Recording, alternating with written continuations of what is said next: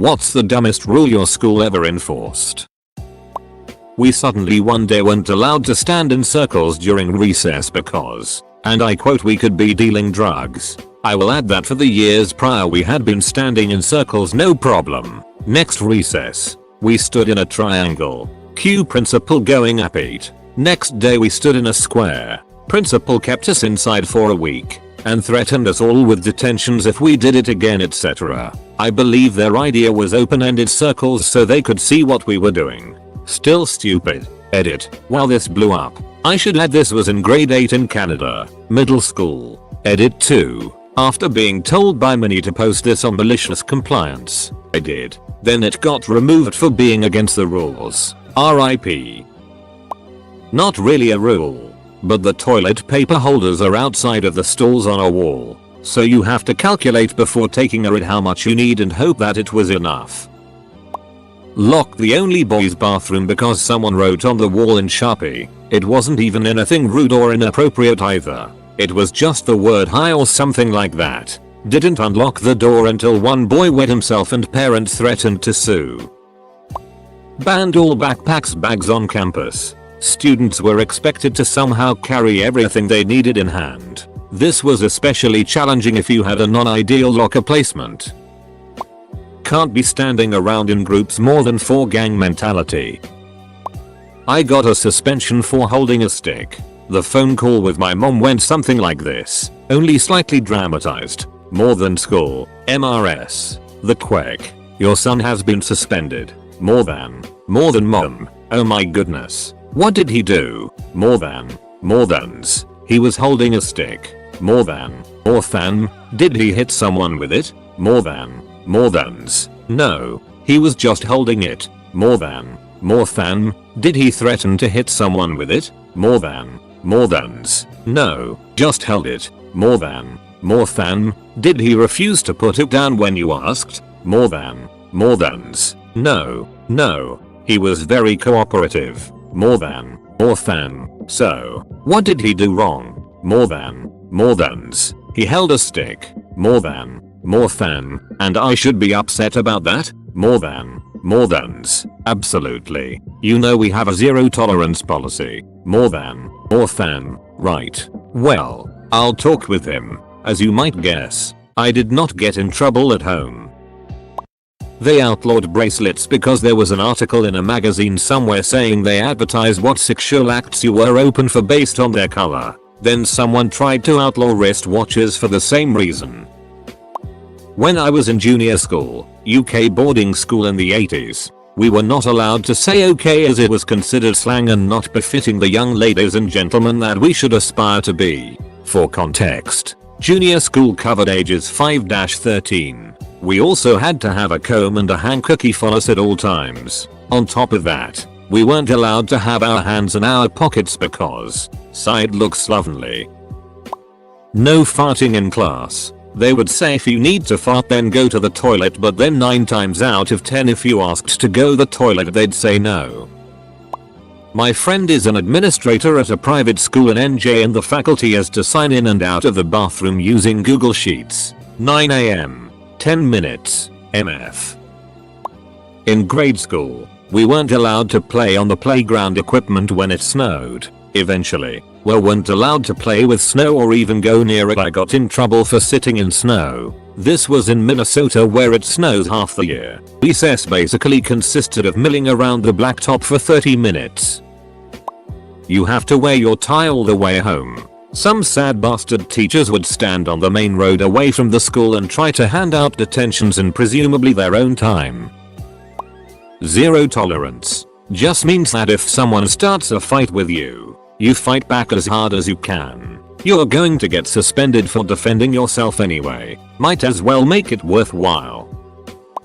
Playing cards at lunch was prohibited because it promoted gambling. No fighting. Enforced by punishing the kids who were getting hit. No slow dances at the prom. We weren't allowed to wear thongs. I don't know how they caught people who did TBH. Don't damage school property sounds reasonable enough until you get detention for staining a chair after suddenly getting your period. It wasn't really the rule that was dumb but the reason for it. In my last year of high school, the school issued a rule that all students had to wear student IDs. If you didn't, you had to immediately go and pay for another ID. While you can see how many students may have saw this a way to skip class, the reason for this was the school shootings that happened the previous year. The reasoning was that it would be easier to spot who is a student and who is not a student to then see who has malicious intent. Except that most shooters were students. So no beads. Apparently they thought beaded jewelry was gang related.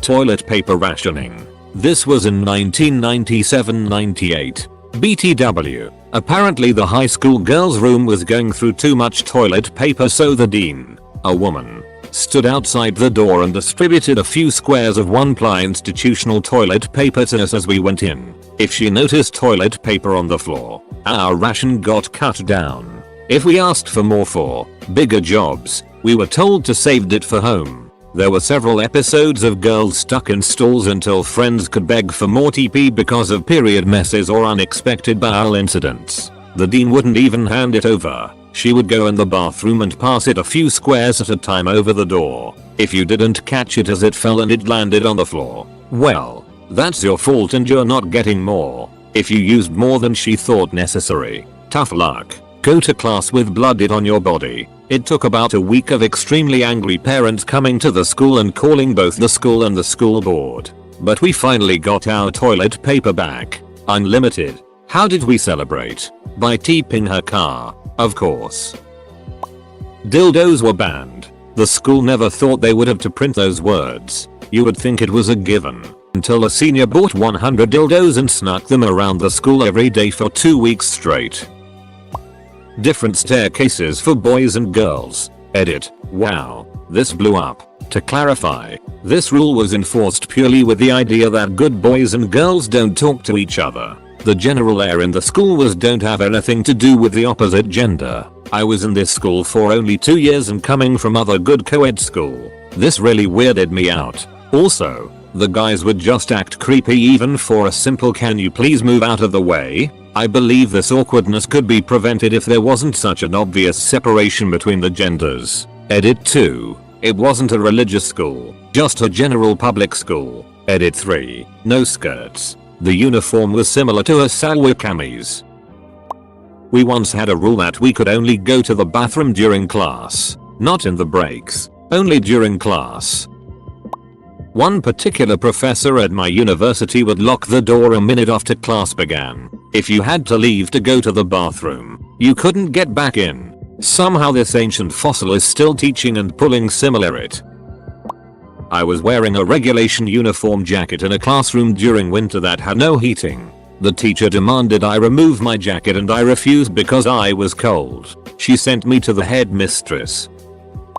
Rule: no duct tape on clothing. Reason: some girls thought they could get past the no ripped jeans rule by covering the tears with duct tape. It became a fad and everyone started doing it, so it got banned. A kid in my AP literature class found a loophole and made an entire outfit out of red and black duct tape. I mean shorts, a t-shirt and a jacket and shoes. When the school tried to suspend him they couldn't because the rule was no duct tape on clothes. It said nothing about clothes made out of duct tape. He won the argument and even wore the outfit a few more times to say "duck you" to the school and principals. Lol. Edit. This is it. This is as popular as I'll ever be. Take that, Principal Conrad. Really though, to answer a regularly asked question, ripped jeans were an issue because they made the school look trashy, not cause they showed skin. However, there were many other rules to enforce no excessive skin be shown. We would get suspended for rips in our clothes and also for duct tape on clothes, both for the same reason. It was Tirachile Mayo. My friend nearly got suspended for wearing a trench coat. It was the late 90s. Probably didn't help that he had long hair, was shy, and weird. I got detention for pooping more than 10 minutes, but I have severe stomach cramps and I asked why and they had no answer. No leaving the dorm unless it's for a fire alarm. I went to boarding school from the age of 7. That rule meant we couldn't get out of our dormitory to have a wee in the night. We had a plastic tub one of the girls brought in and went in that. Then we had to smuggle the tub to the bathroom in the morning without matron seeing. Stupid bloody rule. Edit. Everyone is saying pee out the door or pee on the floor. Just imagine the punishments we got for misbehaving. Doing anything against matron would have never crossed our minds. Also, this was 80s, early 90s, Southern England. Our punishments were pretty awful, but I survived. We all did. I'm still in touch with some of the girls I boarded with back then. We have our scars, but we're a tough lot. Second edit. Dad was in the army and they moved around a lot, so being sent away was for stability and consistency. Dumbest rule. Zero tolerance for fighting. This meant both the kid who started the fight and the kid who got beat on were both suspended. If the kid who got beat on just took it, he was just sent home for the rest of the day. If he dared to fight back, he was suspended for a week, just like the kid who started the fight. Here's the truly stupid part. The school administrators couldn't explain how this led to more brutal fights. My school made it compulsory to wear uniform in online classes. Girls weren't allowed to show their ankles. The dean had a pack of socks in her office she would give the students and make them wear. Only girls though. This was the 2000s. My high school decided to ban women's athletic shorts one day, which was ridiculous for many reasons. The next day every girl showed up in athletic shorts and the rule was removed by second block. Students must keep their hair short.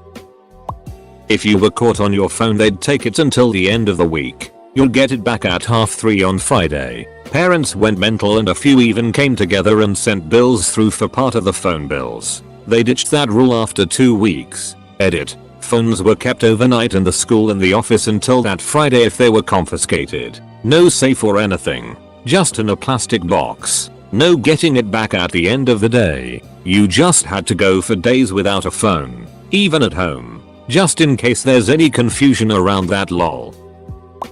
So many. You weren't allowed to wear a coat or a backpack. Always freezing with tons of books. No card games at all. 5 minutes between classes. Sprawling one-story building barely leaves time to pee.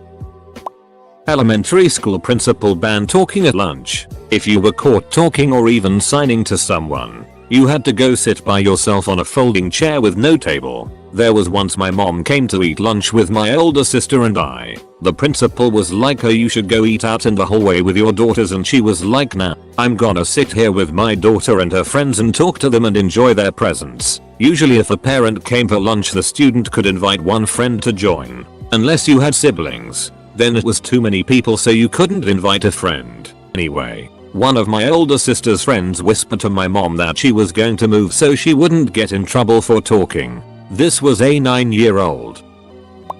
Guys were free to wear pants in cold days, but girls had to wear a skirt no matter how cold it was.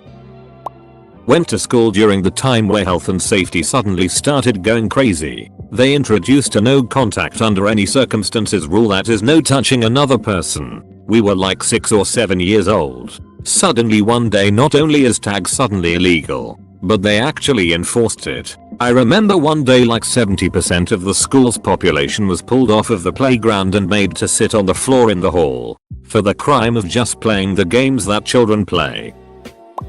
The new principal made a morning roundup rule where anyone arriving to class after the last bell had to go to the cafeteria and listen to a lecture about not being late for class. This took about an extra 15 minutes, making the students even more late to class than they would have otherwise been. Needless to say, everyone hated it, even the teachers. That principal didn't last long. I was sent to the principal in elementary school for getting a drink of water out of line, as in we walked down the hall in a formation and we had designated water drinking stops. To this day I still remember the principal asking angrily, "Well, what if everyone started getting water without permission?" And I still don't have an answer. My school was in a poor area of Rio de Janeiro, Brazil. Not a lot of schools here have money for anything, because of a huge donation of books at the time I was in school. My school got an absurd number of books, including expensive ones. There were a few dumb rules, but the dumbest of them all, we basically couldn't touch the books in the library without permission. It might sound reasonable at first, but check this out. The library was huge, and there were lots of books, including contemporary classics, non-fiction like The Last Problem, English literature like Infinite Jest, How to Kill a Mockingbird and whatnot. Dude, there was so much there. That place was probably the most valuable place in the entire school. I mean, it was awesome. There were enough books there for each student to lend about 100 every day. Here's the problem. The library went all but untouched for the entirety of my time there. Why? The amount of work it took to read one of those books was ridiculous and pretty much made sure not a single student bothered to try. First, you couldn't take any of the books home. Period.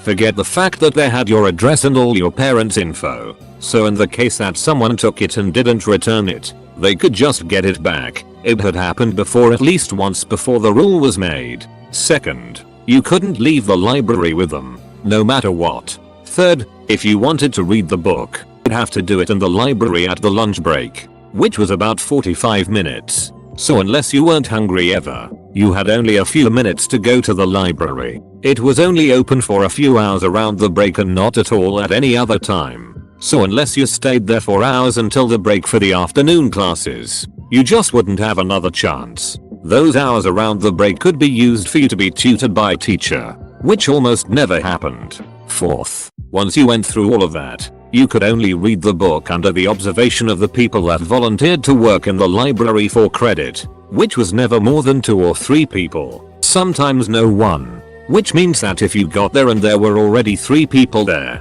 forget it. Unless you were willing to read it standing up close to where the book was kept, and even then they'd check on you every minute or so.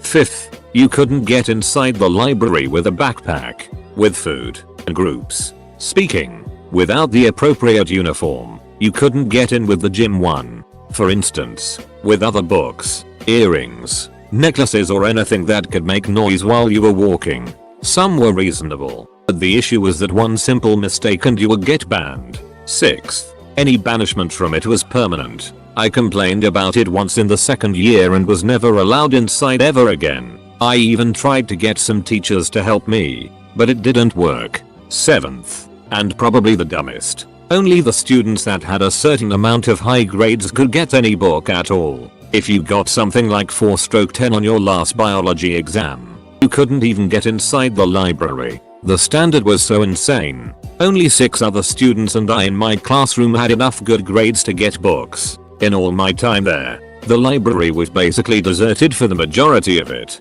I tried to go there many times, but it was too much work. Out of all the books I only managed to read 2 Brazilian ones, A Guerra do Lanche, The Lunch War, and Blackout, which I remember to this day in details. There were times where I legit thought about straight up ditching class to read some of them. I tried to get more, like The Last Problem, Kafka's Metamorphosis, Ulysses, which I know I wouldn't have been able to do it, but I was just curious. A Brief Story of Time, Wuthering Heights, etc. But the amount of work it took was so much that it was just almost impossible to be able to read more than 1 or 2 books a year. And even that took dedication, because I basically had to sacrifice part of my lunch time. The rumor was that the principals, we had more than one, basically saw us as savages who would destroy the books if we were allowed to touch them, and even though they had no reason to believe so, the library worked well without those restrictions a year before I had gotten there,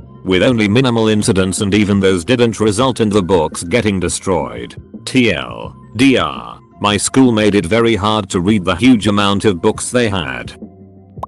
They banned plain red and plain blue shirts. We were not allowed to put our coats on until we were outside. During winter when we would have a storm, we had to go outside in the rain to put our coats on or face receiving a detention if we put them on in the corridor.